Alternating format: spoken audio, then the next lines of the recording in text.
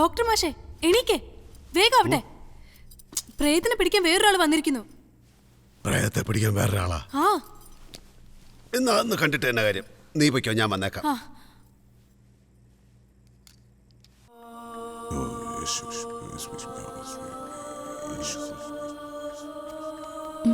ആരാ ഇത്? കദളിക്കാട്ട് തിരുമേനി. കഥകളിയാ? കദളിക്കാട്ട് തിരുമേനി. കദളിക്കാട്ടാ?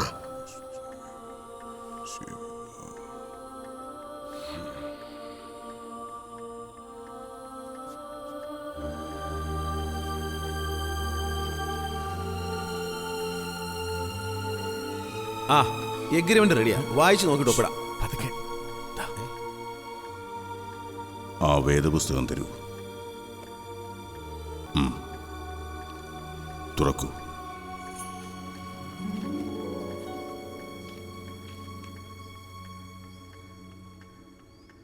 വായിക്കൂ.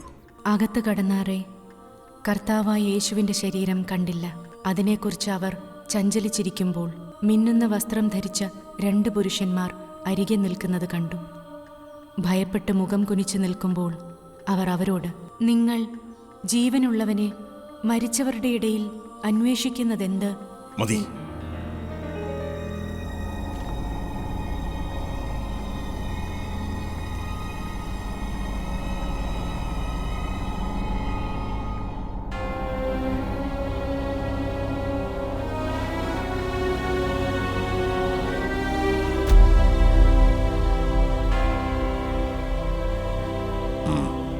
പോകാം.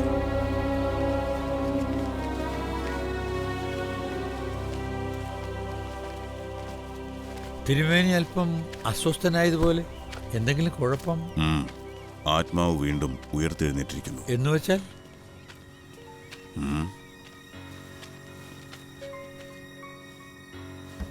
എന്നാണ് വിവാഹം നിശ്ചയിച്ചിരിക്കുന്നത്?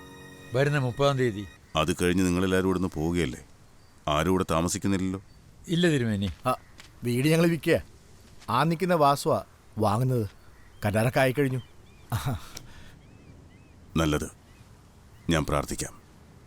ഞാൻ തന്ന സാധനങ്ങൾ വീട്ടിൽ വെച്ച ശേഷം എന്തെങ്കിലും പ്രശ്നങ്ങൾ ഉണ്ടായിട്ടുണ്ടോ? അതിനുശേഷം കുഴപ്പങ്ങളൊന്നും ഉണ്ടായിട്ടില്ല.